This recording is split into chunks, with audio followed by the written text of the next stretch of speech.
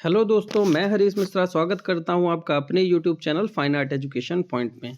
आज हम आपके लिए लेकर के आए हैं हरियाणा 2021 में जो पीजीटी टेट की परीक्षा हुई थी उसके प्रश्न को हम आज सॉल्व करेंगे। तो जैसा कि हम जानते हैं कि 91 क्वेश्चन से लेकर के हमारे सब्जेक्ट से संबंधित प्रश्न पूछे जाते हैं।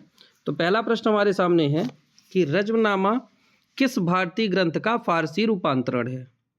तो रज्मनामा की जब हम बात करते हैं तो रज्मनामा ये महाभारत का फारसी अनुवाद है।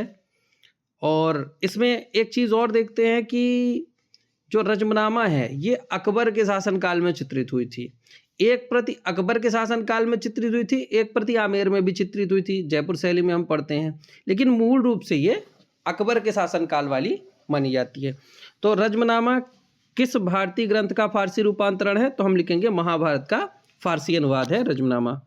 नेक्स्ट क्वेश्चन देखते हैं, राम गोपाल विजयवर्गीय का जन्म कहाँ हुआ था। तो कब हुआ था, समय दिया हुआ है। तो राम गोपाल विजयवर्गीय की हम बात करेंगे तो 1905 में इनका जन्म हुआ था। तो राइट आंसर 1905 होगा। ध्यान ये रखना कि राम गोपाल विजयवर्गीय से हर परीक्षा में हरियाणा में प्रश्न पूछे जा रहे हैं।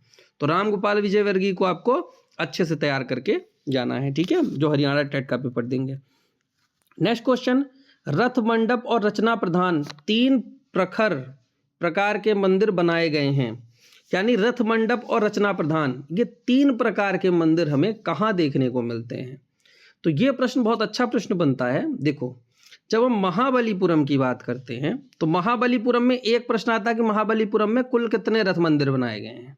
तो महाबलीपुरम में 7 रथ मंदिर बनाए गए हैं, जिसे सप्त पैगोड़ा भी कहा जाता है। लेकिन महाबलीपुरम में जितने भी मंदिर हैं उनको 3 हिस्सों में बांटा जाता है। पहला रथ आकार, दूसरा मंडप आकार और तीसरा रचना प्रधान। तो रथ मंडप और रचना प्रधान ये तीनों महाबलीपुरम के मंदिरों में हमें देखने को मिलते हैं। तो इसका राइट आंसर होगा महाबलीपुरम। रथ मंडप और रचना प्रधान 3 प्रकार के मंदिर हैं महाबलीपुरम में, और कुल 7 मंदिर बने हैं जिसे हम सप्त पैगोड़ा भी कहते हैं।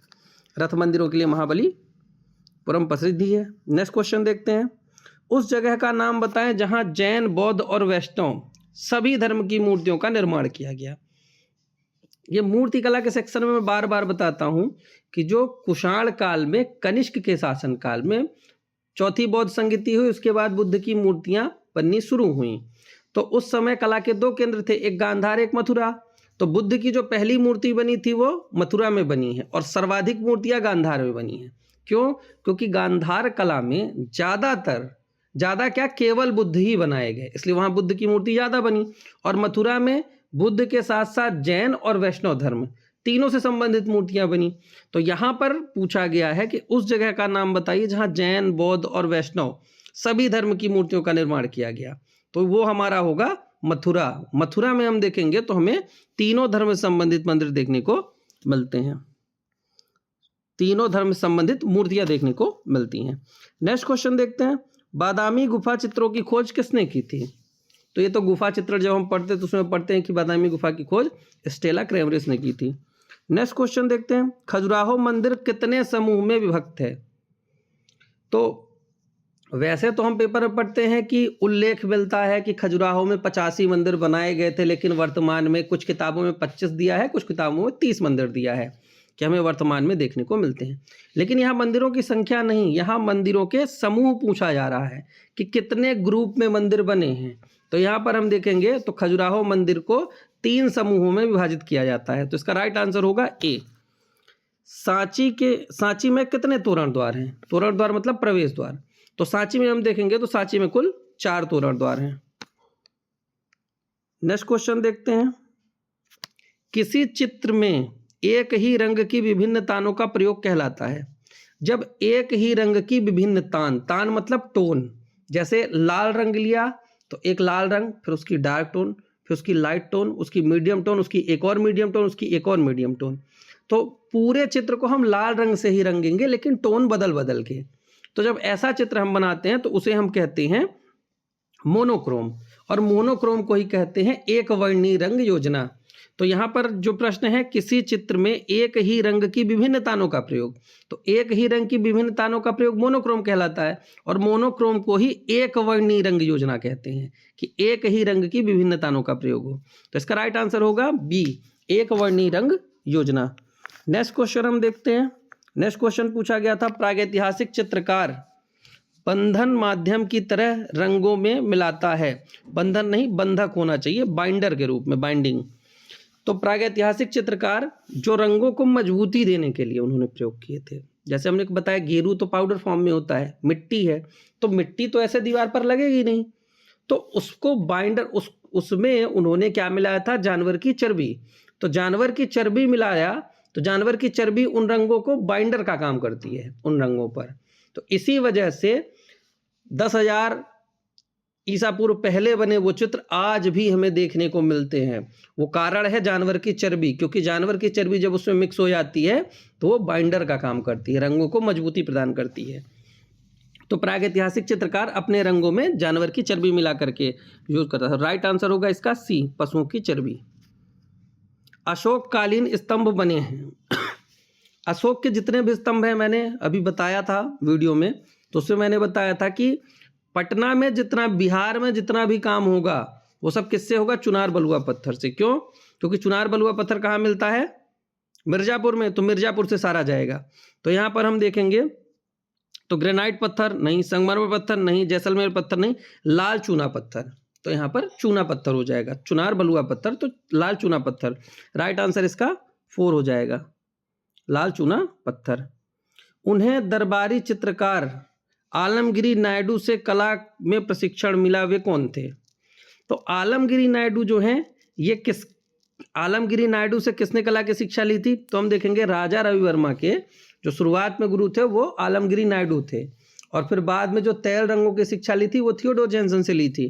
तो आलमगिरी नायडू किसके गुरु होंगे? राजा रवि वर्मा के। नेक्स्ट क्वेश्चन देखते हैं।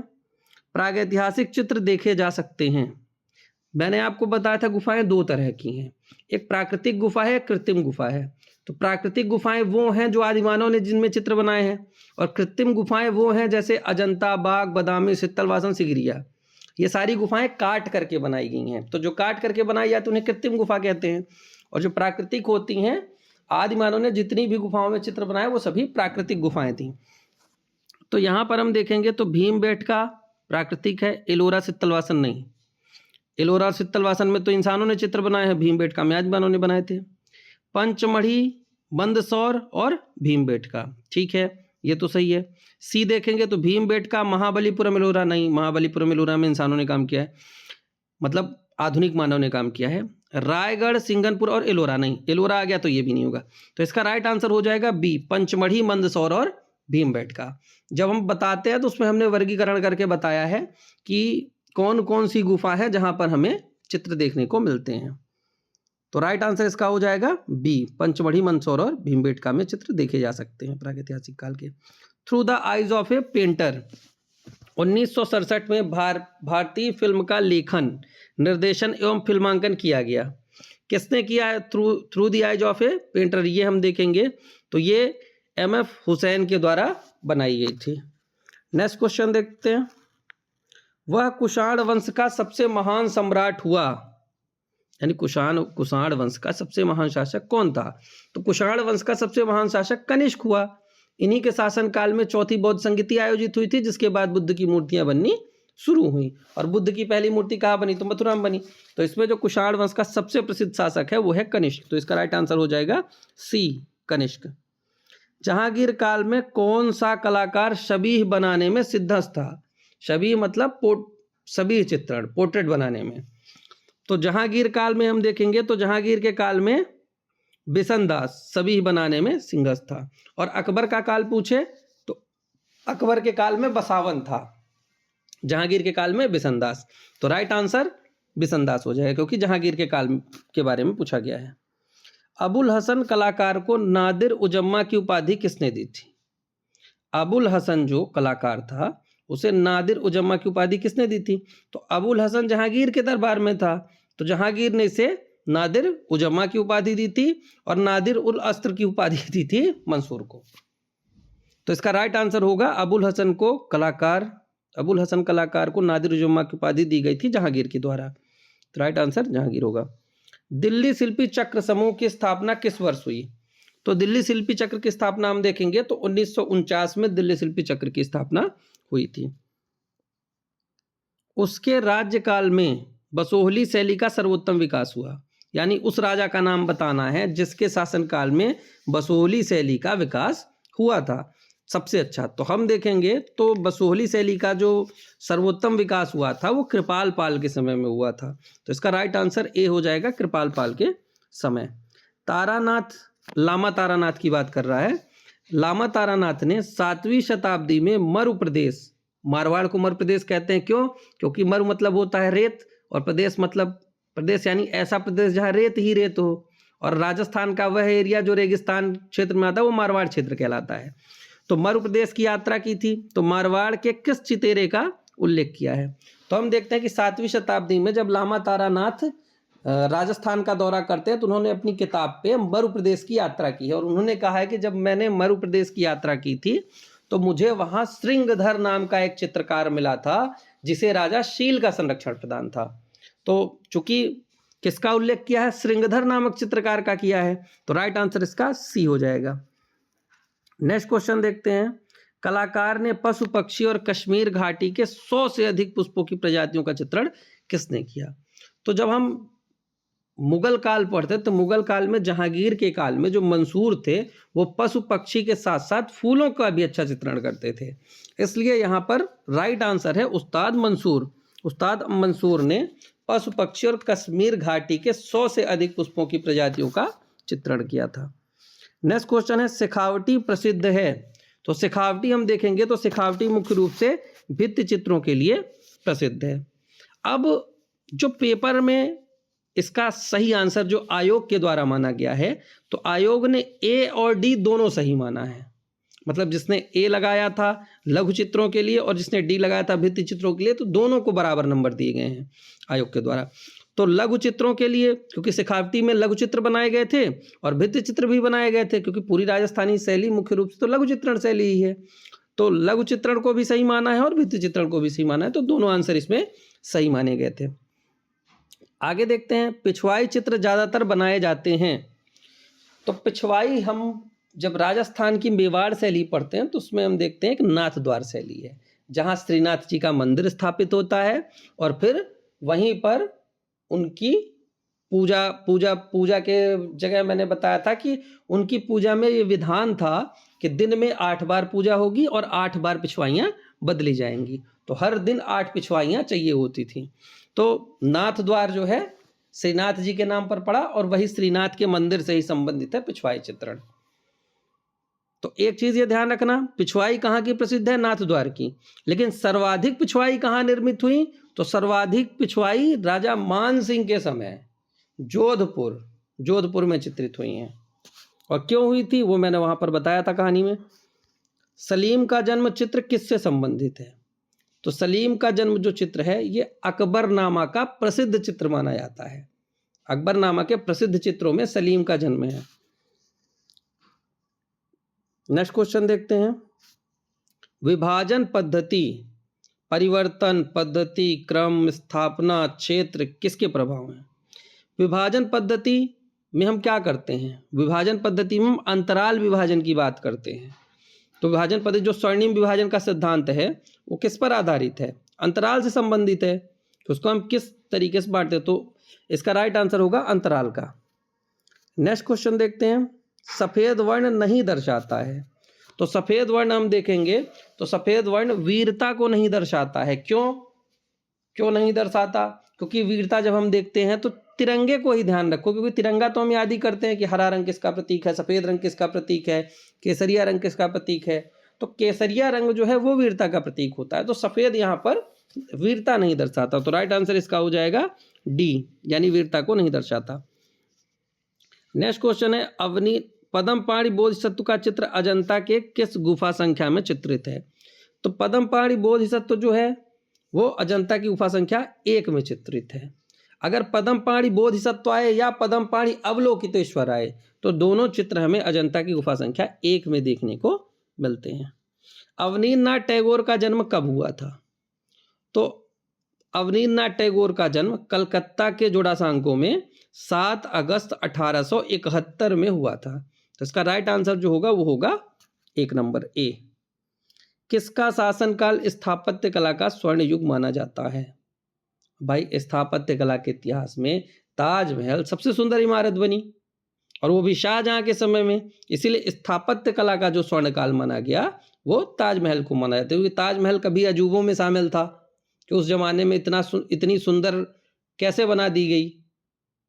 तो स्थापत्य कला का स्वर्णकाल शाहजहां का काल माना जाता है। तो राइट आंसर सी।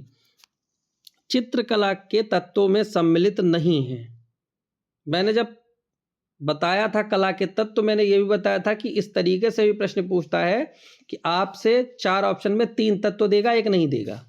षडंग में ऐसे ही करता है। षडंग में क्या करेगा, 4 षडंग के देगा, 1 किसी और का दे देगा, आपको पहचानना होगा। तो इसमें प्रश्न दिया है चित्रकला के तत्वों में सम्मिलित नहीं है, यानी 3 तत्व होंगे, 1 ऐसा होगा जो नहीं है। तो कला के तत्व कौन से होते हैं, पहले हमें यह पता होना चाहिए। तो कला के तत्व होते हैं रेखा, रंग, रूप, तान, पोत, अंतराल। तो देखो रेखा भी है, रंग भी है, वर्ण को रंग कहते हैं, रेखा रंग, और रूप भी है, तान, पोत, अंतराल वो तो है नहीं, संतुलन भी नहीं होता। क्यों? संतुलन संयोजन के सिद्धांत में आता है। तो इसका राइट आंसर हो जाएगा डी कि संतुलन जो है वो संयोजन का सिद्धांत है, ये कला के तत्व में नहीं आता। नेक्स्ट क्वेश्चन देखेंगे। प्रसिद्ध पत्थर की उभारदार मूर्ति यक्षी चंद्रा संबंधित है, यानी कि यक्षी चंद्रा जो मूर्ति है वो कहां से प्राप्त हुई है? तो हमारे पास ऑप्शन है सांची से, भरूच से, अमरावती से कि सारनाथ से। तो इसका जो राइट आंसर है वो यक्षी चंद्रा की मूर्ति हमें भरूच से प्राप्त हुई है। बहुत प्रसिद्ध मूर्ति है, इस बात को ध्यान रखना है। नेक्स्ट क्वेश्चन है, राजस्थानी कलाकार जो पक्षी चित्रकार एवं भित्ति चित्रकार के रूप में प्रसिद्ध है। तो अब पक्षी चित्रकार की जब हम बात करते हैं तो पक्षी चित्रकार देवकी नंदन शर्मा, जिसे हम पक्षियों का चितेरा भी कहते हैं, देवकी नंदन शर्मा होंगे पक्षियों के चितेरे, यानी कि राजस्थान के वह कलाकार जो पक्षी चित्रकार और भित्ति चित्रकार के रूप में प्रसिद्ध हैं, देवकी नंदन शर्मा है। नेक्स्ट क्वेश्चन देखते हैं। राजस्थान का कलाकार जो भीलों को चित्रित करता था, तो भीलों का चितेरा गोवर्धन लाल जोशी। चितेरा जब प्रश्न पढ़ते हैं कई लोगों का तो उसमें आता है भीलों का चितेरा गोवर्धन लाल जोशी को कहा जाता है। तो इसका राइट आंसर होगा सी, गोवर्धन लाल जोशी। नेक्स्ट क्वेश्चन, कौन सी गुफा 2003 में वर्ल्ड हेरिटेज साइट में घोषित की गई है? तो हम देखेंगे कि प्रागैतिहासिक काल में भीमबेटका गुफा में अभी तक के सबसे पुराने शैलचित्र प्राप्त हुए हैं, यानी गुफाओं में, प्रागैतिहासिक गुफाओं में सबसे पुरानी गुफा के चित्र भीमबेटका से प्राप्त हुए हैं। इसीलिए यूनेस्को ने 2003 में भीमबेटका गुफा को विश्व धरोहर की सूची में शामिल किया है। तो राइट आंसर हो जाएगा ए, भीमबेटका। नेक्स्ट क्वेश्चन, कहां पर नृत्यांगनाओं एवं पासवानों के चित्र बड़ी मात्रा में चित्रित हुए हैं? एस्टेट की परीक्षा में यह प्रश्न 2-3 बार पूछा गया, तो ध्यान रखना। नृत्यांगनाओं एवं पासवानों के चित्र हमें गोलकुंडा में देखने को मिलते हैं, तो इसका राइट आंसर होगा गोलकुंडा, सी। नेक्स्ट क्वेश्चन, सित्तलवासन की गुफाएं स्थित हैं। सित्तलवासन की गुफाएं कहाँ स्थित हैं? तो सित्तलवासन, जब गुफा चित्रण हम पढ़ते हैं तो उसमें पढ़ते हैं सित्तलवासन की गुफाएं तमिलनाडु के तंजौर के पदकोट्टई नामक स्थान पर स्थित है। तो इसका राइट आंसर होगा तमिलनाडु। तो इसका ए आंसर हो जाएगा कि सित्तलवासन की गुफाएं तमिलनाडु में स्थित है। नेक्स्ट क्वेश्चन हम देखेंगे, स्वर्णिम विभाजन सिद्धांत का प्रतिपादन किसने किया था? तो स्वर्णिम विभाजन सिद्धांत का प्रतिपादन ग्रीक वासियों ने किया था। ग्रीक वासी ऑप्शन में ना हो तो यूनान वासी लिखना है, क्योंकि ग्रीक यूनान एक ही हैं, और वो भी ना हो तो तीसरा ऑप्शन होता है यूक्लिड ने किया था। तो तीनों में से यहाँ पर हमें यूक्लिड देखने को मिल रहा है। तो इसका राइट आंसर है कि स्वर्णिम विभाजन का सिद्धांत जो है वो यूक्लिड ने दिया था। नेक्स्ट क्वेश्चन देखते हैं, कोणार्क मंदिर को कितने कारीगरों ने कितने वर्षों में पूर्ण किया था?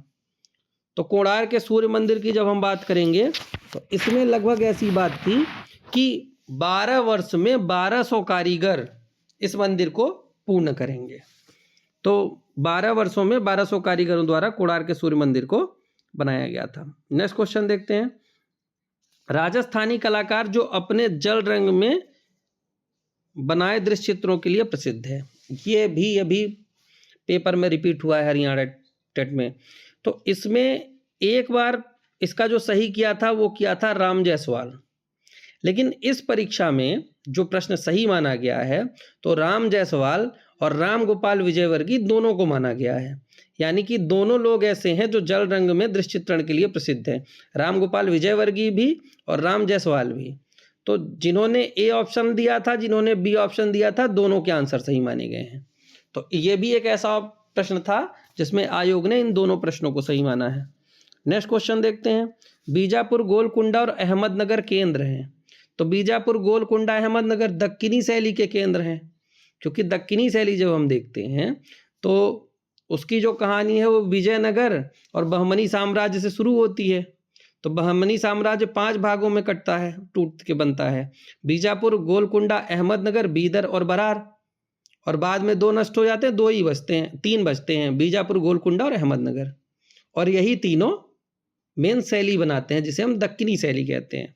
तो बीजापुर, गोलकुंडा और अहमदनगर तीनों केंद्र दक्कनी स्कूल के हैं, यानी दक्कनी शैली के।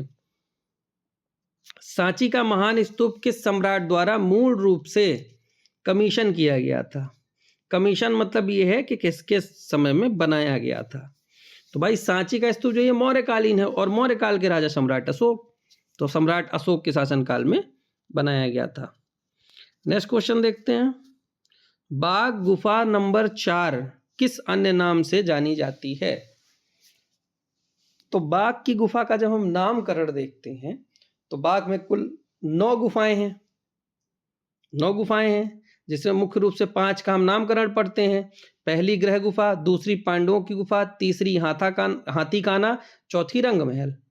तो यहाँ पर बाघ की नंबर 4 गुफा को पूछा है, तो ग्रह गुफा, पांडवों की गुफा, हाथीखाना, रंग महल, चौथी रंग महल के नाम से जानी जाती है। तो इसका राइट आंसर हो जाएगा 4 रंग महल, यानी डी आंसर। कलाकार जो लोक जीवन और लोक कला से प्रेरित था। तो लोक कला से प्रभावित बार बार प्रश्न पूछता है यामिनी राय। यामिनी राय जी कलकत्ता में जो काली घाट के पटचित्र बनते थे और वो उन्हें पटुआ कलाकार कहा जाता था, तो उन्हीं पटुआ कलाकारों को देख करके वो प्रभावित हुए थे। तो वही लोक कला का प्रभाव, काली घाट की लोक कला का प्रभाव यामिनी राय में देखने को मिलता है। तो राइट आंसर यामिनी राय होगा। रावण द्वारा कैलाश पर्वत को उठाना शिल्प कहाँ बना है? तो रावण द्वारा कैलाश पर्वत को उठाना, ये मूर्ति हम देखेंगे तो एलोरा में है, और एलोरा में कहाँ? कैलाश मंदिर में। तो और कैलाश मंदिर किस गुफा में है? तो एलोरा की गुफा संख्या 16 में कैलाश मंदिर है। तो रावण द्वारा कैलाश पर्वत उठाना शिल्प कैलाश मंदिर में बना है। नेक्स्ट क्वेश्चन देखते हैं, यहां ज्यादातर शैव धर्म से संबंधित शिल्प पाए गए हैं। तो इसका जो राइट आंसर है वो है एलिफेंटा। एलिफेंटा में जितने, एलिफेंटा ही ऐसी है जो चारों तरफ समुद्र से घिरी हुई, 20 टापू में धारापुरी या धारा नगरी नाम का एक टापू था, वहां पर बनी थी, जिसके चारों तरफ पानी ही पानी है। तो ये जो गुफा है यहाँ पर शैव धर्म से संबंधित ही चित्र मूर्तियां हमें देखने को मिलती हैं, जिसमें हम देखते हैं कि जो त्रिमूर्ति शिव की मूर्ति है वो एलिफेंटा से ही संबंधित है। तो शैव धर्म से संबंधित शिल्प जो है एलिफेंटा में ही पाए गए हैं। ठीक है, नेक्स्ट क्वेश्चन देखते हैं, मोलाराम चित्रकार थे, बहुत प्रसिद्ध प्रश्न। मोलाराम पहाड़ी शैली में गढ़वाल शैली के चित्रकार थे। तो इसका राइट आंसर होगा मोलाराम गढ़वाल शैली के चित्रकार थे। नेक्स्ट क्वेश्चन देखेंगे, तो कला स्कूलों का सही क्रम बताना है। तो भारत में यूरोपीय कला की शिक्षा देने के लिए भारत में अंग्रेजों ने कला विद्यालयों की स्थापना की थी। तो जिसमें जो सबसे पहला कला विद्यालय स्थापित किया गया था वो था मद्रास। मद्रास के बाद कलकत्ता, कलकत्ता के बाद मुंबई, मुंबई के बाद जयपुर, ऑप्शन के हिसाब से। तो ऑप्शन के हिसाब से इसका ए आंसर सही होगा। सबसे पहला कला विद्यालय जो भारत में खोला गया था अंग्रेजों द्वारा वो मद्रास कला विद्यालय था। नेक्स्ट क्वेश्चन देखते हैं, नटराज का मूर्त शिल्प किस काल से संबंधित है? नटराज का मूर्त शिल्प हम देखेंगे तो चोल काल से संबंधित है, जो कि कांस्य में बना हुआ है, अतिभंग मुद्रा में है। ये सारी चीजें हमें ध्यान रखनी है। नेक्स्ट क्वेश्चन हम देखते हैं, सिगिरिया की गुफाएं कहाँ हैं? भित्ति चित्रण परंपरा जब हम पढ़ते हैं तो उसमें सिगिरिया गुफा एकमात्र ऐसी गुफा है जो भारत में नहीं है। कहाँ पर है? ये श्रीलंका में है। तो इस पर ऐसे भी प्रश्न बना है कि वह कौन सी गुफा है जो भारत में नहीं है। तो हमें ध्यान रखना है सिगिरिया गुफा जो है वो कहाँ पर है? श्रीलंका में है। नेक्स्ट क्वेश्चन देखते हैं।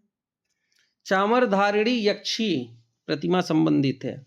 मूर्तियों को मैंने प्रसिद्ध मूर्तियां जब बताई थी तो उसमें मैंने दिखाया था कि चवरधारिणी यक्षी या दीदारगंज यक्षी इसी को कहते हैं। ये हमें कहाँ देखने को मिलती है? प्रतिमा संबंधित है। कहाँ से मिली थी? तो ये दीदारगंज से प्राप्त हुई थी, इसीलिए इसे दीदारगंज यक्षी भी कहते हैं। तो इसका राइट आंसर दीदारगंज हो जाएगा। और अगर ये वर्तमान में कहाँ रखी है तो ये वर्तमान में पटना संग्रहालय में रखी हुई है। और सबसे खास बात है चमकदार पॉलिश इसमें है।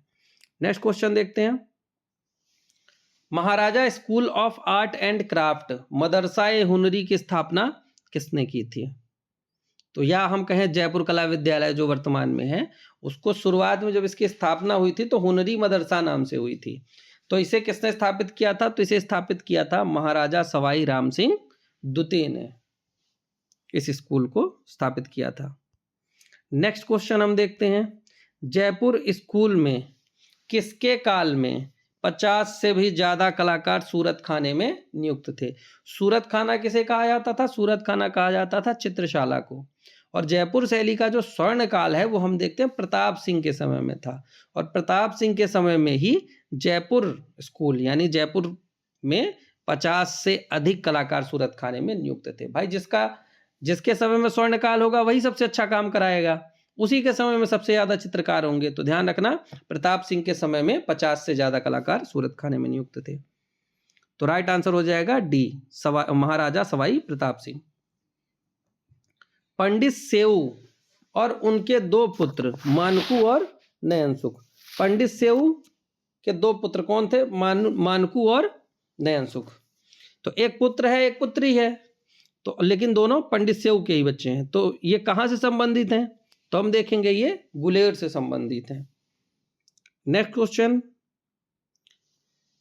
1916 में राजस्थानी चित्रकला का सर्वप्रथम वैज्ञानिक विभाजन किसने किया था? तो जैसा हमने बताया था कि 1916 में राजस्थानी चित्रकला यानी राजपूत चित्रकला के चित्र आनंद कुमार स्वामी ने एकत्रित किए और सबको रख करके उन्होंने उसका वैज्ञानिक अध्ययन किया। और वैज्ञानिक अध्ययन करके आनंद कुमार स्वामी ने यह बात पाई कि जो चित्र पहाड़ी एरिया में बने हैं वो थोड़ा अलग शैली में है और जो राजस्थान के अंदर बने हैं वो थोड़ा अलग शैली में है। तो इसलिए उन्होंने वैज्ञानिक विभाजन किया और ये बताया कि राजपूत चित्रकला दो भागों में बटी है, एक राजस्थानी चित्रकला, एक पहाड़ी चित्रकला। तो 1916 में राजस्थानी चित्रकला का सर्वप्रथम जो वैज्ञानिक विभाजन है वो आनंद कुमार स्वामी ने किया था। Next question. रेखाएं जो गति, उत्तेजना, व्याकुलता, नाटकीयता